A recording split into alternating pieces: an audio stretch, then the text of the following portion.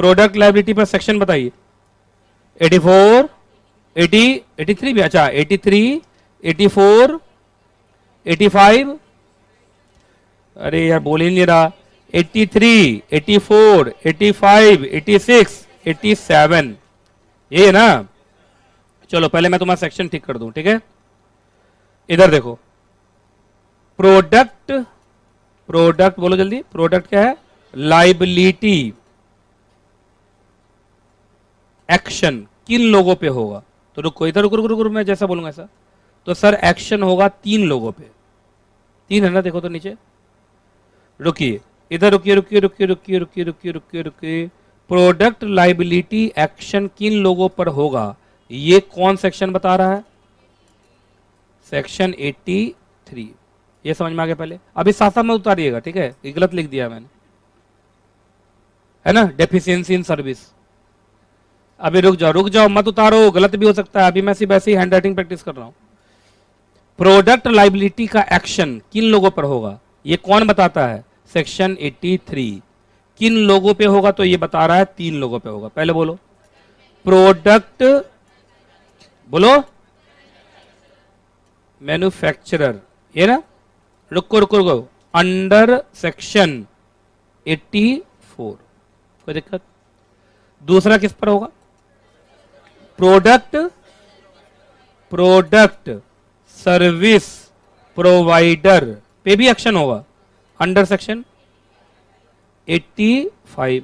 अब बोलो product seller की रीसेलर?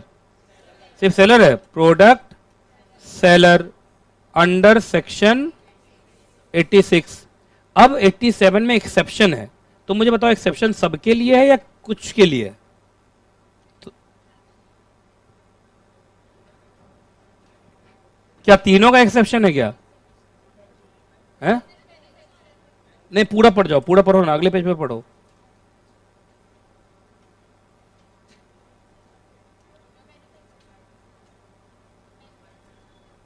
हैं? अरे छोड़ो, हम बाद में देख लेंगे, चलो हम ऐसे पढ़ लेते हैं, ठीक है। एक्सेप्शन क्या है?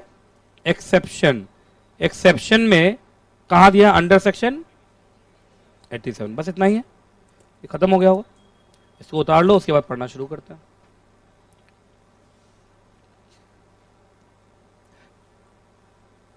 तुम लोग पे विश्वास नहीं रहता, नहीं तो कुछ और भी पूछता मैं। पूछू क्या? चलो थोड़ा चार्ट और अच्छा बन जाएगा। प्रोडक्ट मैन्युफैक्चरर कितने केसेस में लाइबल होगा? ABCD 1 2 3 कुछ होगा, 5 केसेस में वो लाइबल होगा, ठीक। प्रोडक्ट सर्विस वाला बोलो 4 केसेस में वो लाइबल होगा, और बोलो 2 केसेस में लाइबल होगा। एक्सेप्शन कितने हैं? 1 2 है, क्या है कि पैराग्राफ अलग अलग है? ए बी नहीं, उसके पीछे भी तो कुछ लिखा, छोड़ दो तुम लोग, रहने दो, इतना बता दिया, बहुत बता दिया, मैं बाद में देख लूंगा। उतार डालो। तो प्रोडक्ट लाइबिलिटी के लिए कौन कौन जिम्मेदार हैं, ये कौन बताता है? 83। तो 83 बोलता है 84, 85, 86 वाले लोग जिम्मेदार हैं। कितने केसेस में जिम्मेदार हैं वो भी बता दिया है, और बाकी एक्सेप्शन है। बस इतना ही है, अब लाइन बाय लाइन पढ़ेंगे, हो जाएगा अपना काम।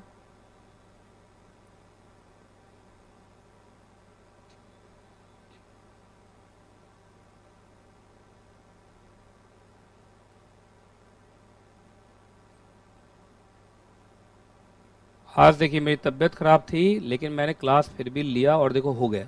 इसलिए तुम लोग भी जल्दी से हिम्मत मत हारा करो।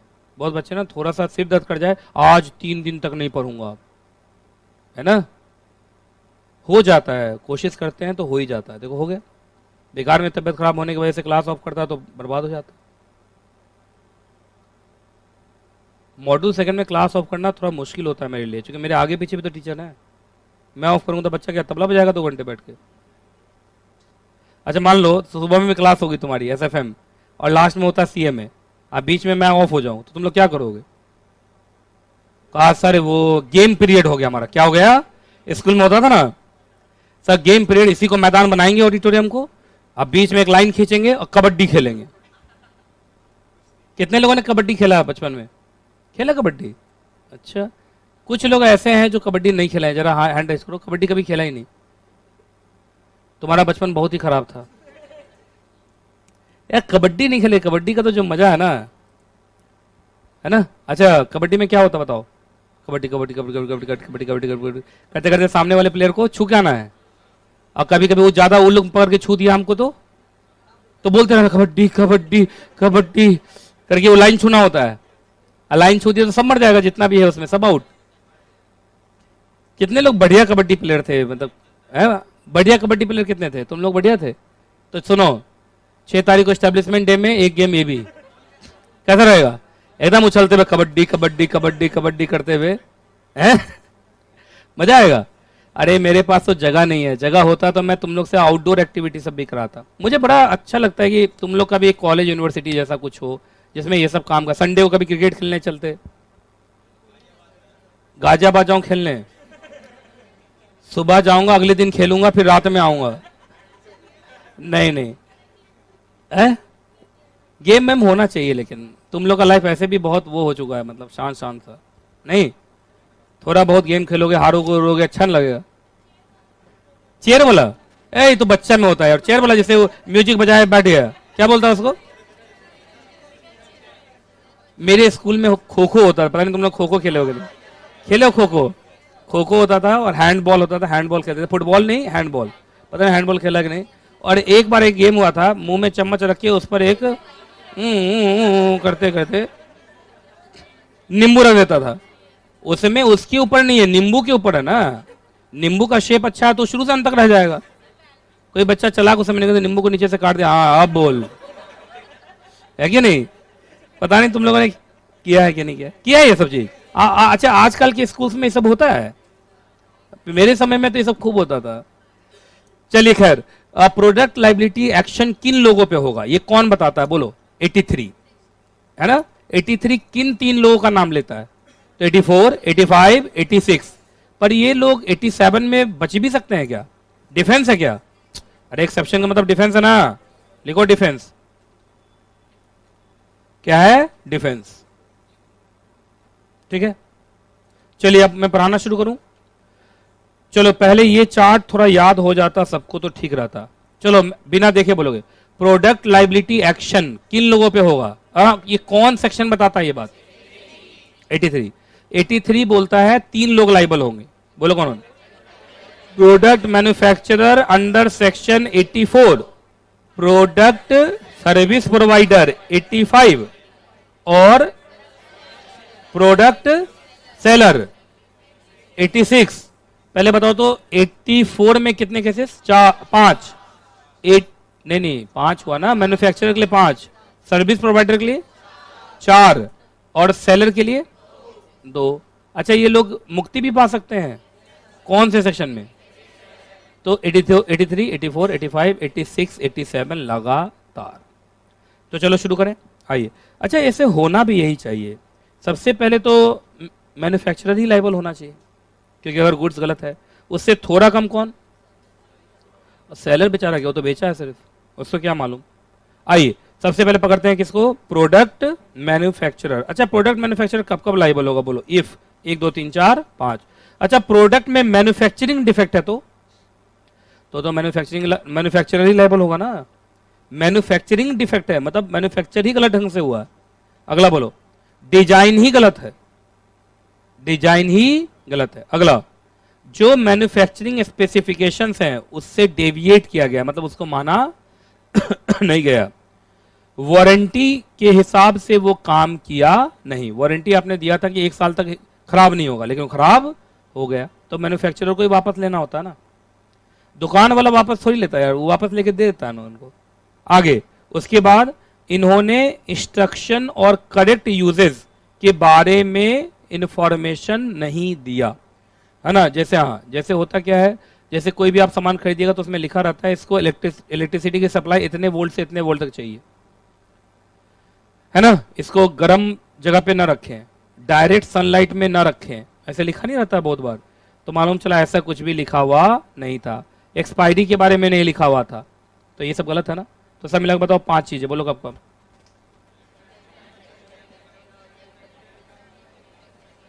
मैन्युफैक्चरिंग डिफेक्ट है, डिजाइन में दिक्कत है, बोलते चलो क्या चीज है?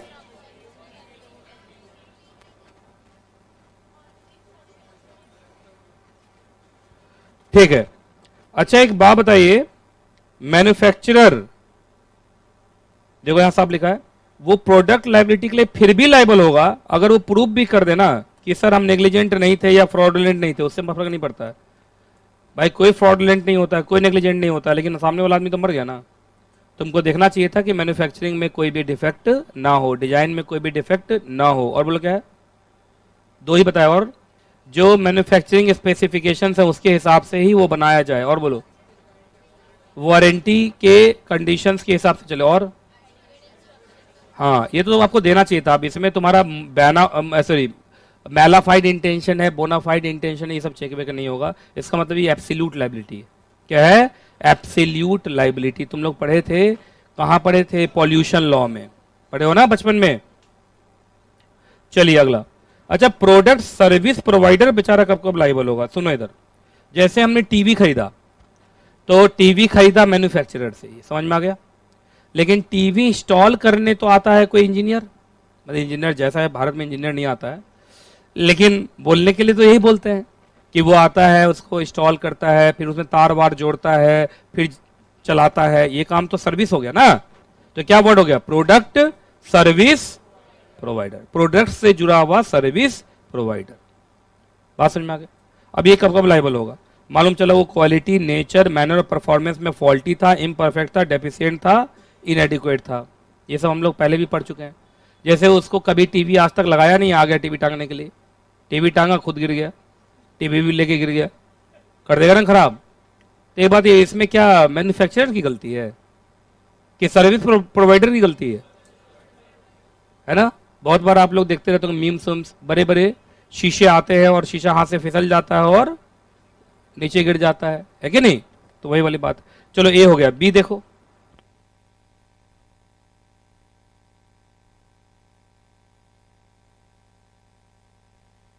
चलिए बी देखो तो, क्या जानबूझ के उसने कुछ इंफॉर्मेशन रोक लिया? जानबूझ के उन्होंने कोई इंफॉर्मेशन रोक लिया। जैसे तुम्हारे यहां आया टीवी से फ्रिज लगाने, फ्रिज लगा दिया, पर आपको याद होगा, आप कहीं भी रहिए, फ्रिज के ऊपर एक स्टेबलाइजर होता है, देखा होगा। एसी के साथ हमेशा स्टेबलाइजर होता है, लेकिन उन्होंने ये नहीं बताया, उसने सीधा लगा के चला गया और ये भी नहीं बताया कि स्टेबलाइजर लगाने की जरूरत है। बाद में आपने सीधा ऑन किया, वो क्या हो गया? खराब हो गया। तो इसमें भाई मैन्युफैक्चरर का गलती थोड़ी है, किसका गलती है?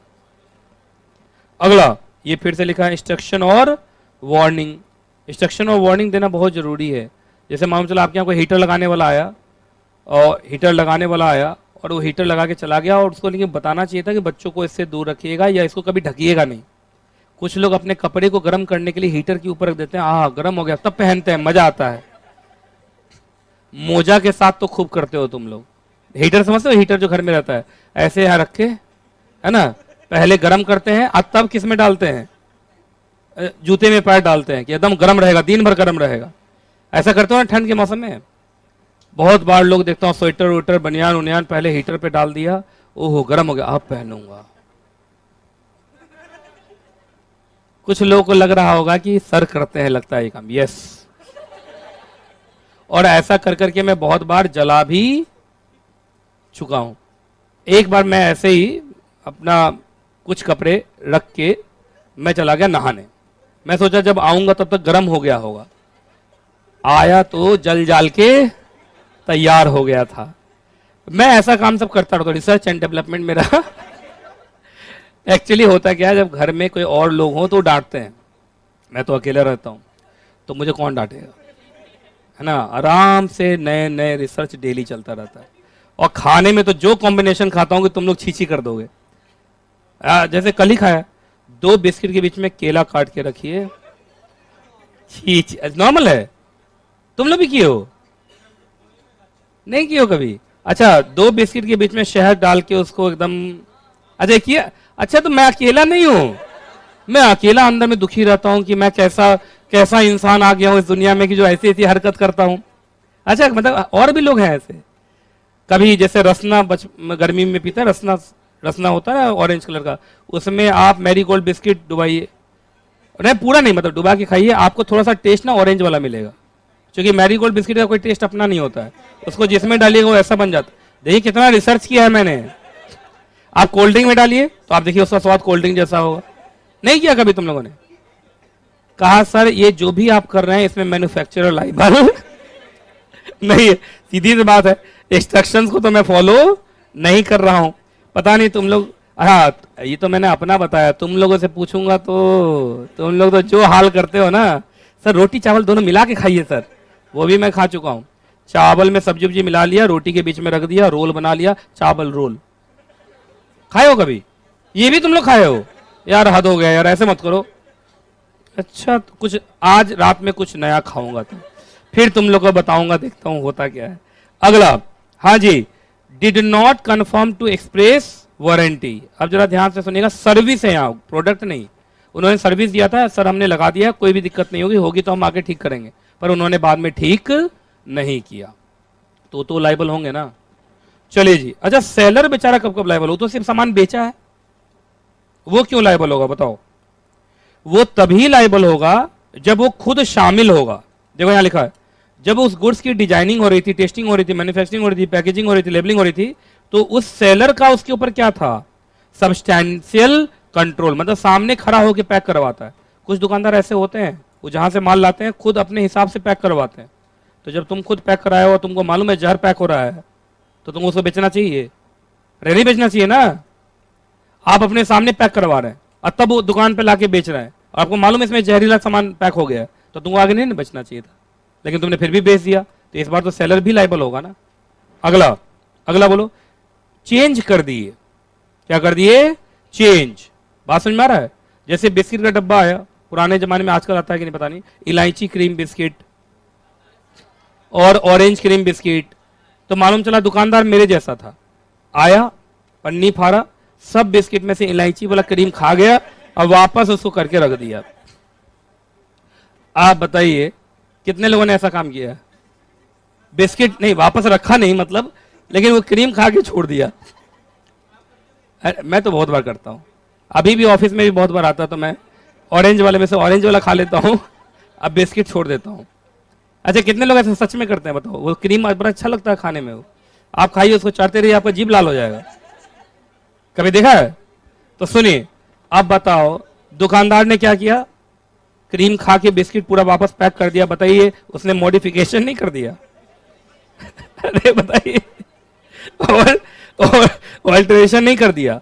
और देखिए उससे सब्सटेंशियल फैक्टर था वो। बताइए ऑरेंज क्रीम बिस्किट में ऑरेंज का क्रीम ही तो सब्सटेंशियल है, नहीं है सब्सटेंशियल? अगर अच्छा बताइए उस डब्बे का नाम ऑरेंज क्रीम होना चाहिए, क्रीम तो गायब है, तो बताइए अब उस केस में वो लाइबल होगा? ऐसा सेलर लाइबल होगा कि नहीं लाइबल? तो ये काम आपको करना नहीं है। समझ में आ गया ना? जैसे आइसक्रीम के ऊपर से भी लोग बहुत बार से वो चेरी खा लेते हैं, देखा कभी? एक चेरी नहीं डालता ऊपर से, कुछ लोग सीधा जीभ निकाल के चेरी लेके अपना। चलिए खैर, मैंने तीनों के बारे में बता दिया, तीनों कब कब लाइबल होगा। मैन्युफैक्चरर 5 केसेस में, प्रोडक्ट सर्विस प्रोवाइडर 4 केसेस में, प्रोडक्ट सेलर 2 केसेस। अच्छा यही सारे लोग को डिफेंस भी है क्या? आओ तो पहला एक्सेप्शन लिखो, ये पहला है। सुनिए, अगर प्रोडक्ट को मिसयूज करोगे, ऑल्टर करोगे और मॉडिफाई करोगे तो ये गलत है ना। बात समझ में आ रहा कि नहीं आ रहा? बहुत लोग ऐसे होते हैं, इंजीनियर टाइप के होते हैं, कर रहे हैं सीएस पर दिमाग में इंजीनियर है। टीवी आया खोल के रख दिया, यही कुछ लोग चेक करते रहता है अंदर क्या है। इस अब आप मॉडिफाई करोगे, ऑल्टर करोगे तो फिर मामला बिगड़ेगा कि नहीं बिगड़ेगा? पहले बताइए आप, है ना? बचपन में लोग नहीं करते थे, टीवी लग गया रिमोट उल्टा चला के देखता हूं, अभी करते हैं ऐसे मार तो टराक, काम कर रहा है कि नहीं कर रहा है? कितने लोगों ने किया ये सब काम? अच्छा कुछ लोग हाथ नहीं उठा रहे, काफी मेच्योर हो गए, है ना? अच्छा बताइए, आप ज्यादा इस सब काम करोगे तो चीजें खराब भी हो सकती हैं। टीवी को उल्टा लटका के देख रहा है कि कैसा दिखता है, अब बताइए को मतलब है मिसयूज नहीं करो सामान का तुम। अब मिसयूज करोगे तो उसके लिए कोई भी लायबल होगा नहीं। सही बोल रहा हूं कि नहीं बोल रहा? बोले बताइए। कुछ लोग क्या करते हैं, टीवी लाए, टीवी के साथ आवाज जोड़ने के लिए, जैसे टीवी का अपना छोटा स्पीकर होता है, उसका तार काट के बड़े वाले में लगा दिया, करते हैं लोग। और सुनिए उससे क्या होता है, टीवी धराम। टीवी का भाई कैपेसिटी है ना आवाज देने का। अब ये गलत काम कर रहे हैं कि नहीं कर रहे हैं पहले बताइए। तो आप ऑल्टर उल्टा करोगे तो ना तो मैन्युफैक्चरर लायबल होगा, ना सर्विस प्रोवाइडर, ना कोई लाइबल नहीं होगा, सीधा सा मतलब है। आप मिसयूज कर रहे हैं भाई, गलत बात है ना। हाँ, कंज्यूमर लाइबल होगा। अच्छा अगला, हाँ सुनो, ये सिर्फ किसके लिए है, ये वाला। तो दो एक्सेप्शन है, पहला एक्सेप्शन पीछे गया, पहला एक्सेप्शन पीछे गया, और ये देखोगे तो सबके लिए ये है ना, नहीं ये प्रोडक्ट सेलर के लिए, ये प्रोडक्ट सेलर के लिए। तो एक्सेप्शन नंबर 1 किसके लिए है, प्रोडक्ट सेलर के लिए मिला। दूसरा एक्सेप्शन किसके लिए है, मैन्युफैक्चरर। आपको याद होगा मैन्युफैक्चरर लाइबल होता है अगर वो वार्निंग नहीं दिया तो, अगर वो वार्निंग सब छापा नहीं तो, आपको मालूम है ना वो लाइबल होता है ना। तो उसका डिफेंस यहां लिख रहा है। उसका डिफेंस कैसे है, सुनो इधर देखो। मालूम चला कि सामान जो खरीदा गया वो सीधा एंड कंज्यूमर को नहीं मिला, बीच में किसी और ने खरीदा, और जानते हो असेंबलिंग करता है। क्या करता है, असेंबलिंग समझते हो ना। जैसे आपका एक कंप्यूटर बनाना है, तो कंप्यूटर में क्या क्या होता बताओ, नहीं सीपीयू ही बना रहे मान लो, तो उसमें रैम डाले, सीपीयू में रैम डालते हैं, रैम डाले, प्रोसेसर डाले, ऑपरेटिंग सिस्टम डाले। बात समझ में आ रहा कि नहीं आ रहा, तो सुनिए, और उसको करके फिर आपने आगे उसको बेचा। तो यहां देखिए, प्रोडक्ट किसने खरीदा था, किसी एम्प्लॉयर ने खरीदा था, और उसको कहां यूज कर रहा है वो, वर्क प्लेस पे। कहां यूज कर रहा है, वर्क प्लेस पे। और देखिए प्रोडक्ट मैन्युफैक्चरर तो वार्निंग दिया था किसको, एम्प्लॉयर को, पर एम्प्लॉयर को वार्निंग देना चाहिए था अपने एम्प्लॉय को। नहीं समझ में आया, एम्प्लॉयर को किसको वार्निंग देना चाहिए था, अपने एम्प्लॉय को, लेकिन उसने ऐसा किया नहीं। बात समझ में आ रहा है। जैसे सुनिए, ध्यान से सुनिएगा जब मैं बोल रहा हूं, जैसे प्रोजेक्टर में खरीद के लाया, तो जब मैं खरीदने के लिए गया तो दुकानदार ने मुझे बताया कि सर प्रोजेक्टर ना इतने घंटे के ज्यादा मत चलाइएगा, नहीं तो ये ब्लास्ट कर सकता है, मान लीजिए गर्म हो जाता है और ये क्या कर जाएगा, ब्लास्ट कर जाएगा। मैं खरीद के लाया, मैंने अपने स्टाफ को दिया लगाने के लिए, पर मैंने अपने स्टाफ को बताया नहीं ये बात, अपने स्टाफ को मैंने ये बात नहीं बताया। मेरा स्टाफ मालूम चला 24 घंटे अपना प्रोजेक्टर चला के टीवी फिल्म देख रहा है, इसको KGF 1 KGF 2 जितना सब देख लिया, मालूम चला एकाएक ब्लास्ट कर गया, आ गया रॉकी भाई, क्या कर गया, ब्लास्ट। अब बताइए क्या उसमें प्रोडक्ट मैन्युफैक्चरर लाइबल होगा। जैसे स्टाफ बोल रहा है सर ये ब्लास्ट कर गया, मुझे नहीं पता था कि इतने घंटे नहीं चलाना है, तो भाई तुमको नहीं पता था पर तुम्हारे एम्प्लॉयर को हमने बताया था, तुम्हारे एम्प्लॉयर ने तुमको नहीं बताया, तो इसमें हमारी गलती थोड़ी है। नहीं समझ में आया लोगों को, कहीं लिख लो तो इसका एग्जाम्पल लिख लो।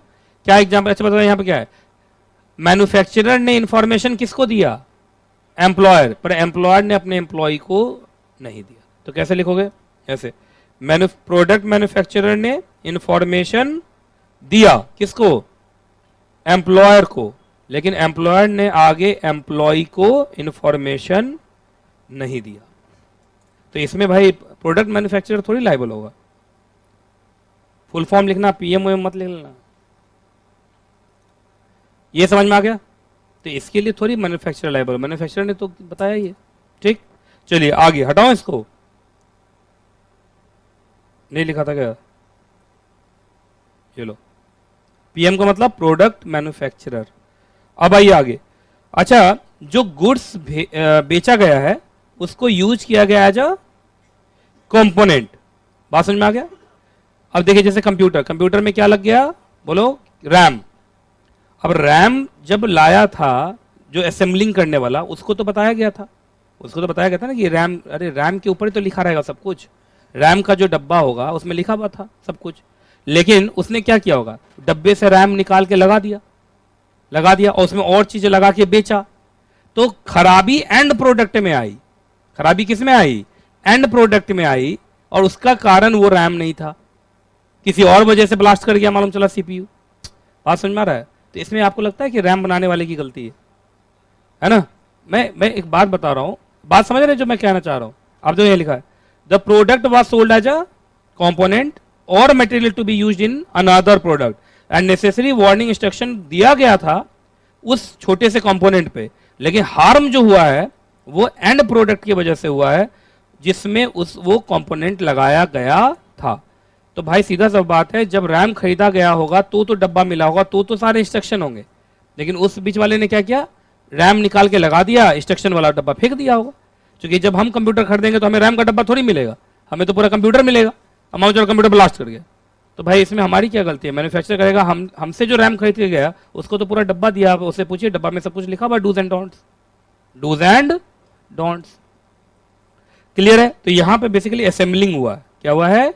असेंबलिंग हुआ है। तो जो असेंबलर है वो लाइबल होगा, प्रोडक्ट मैन्युफैक्चरर लाइबल नहीं होगा।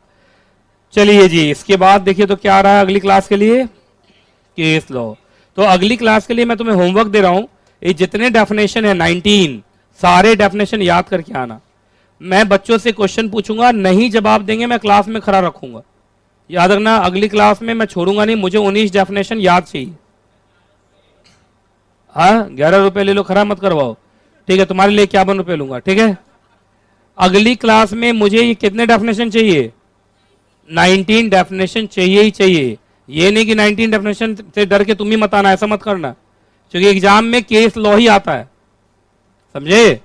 तो चलिए आज की क्लास यहीं तक, फिर मिलूंगा अगली क्लास में। जब तक मैं ना मिलूं, दुआ में याद रखिएगा। खुश रहें आप, खुश रहें आपका परिवार।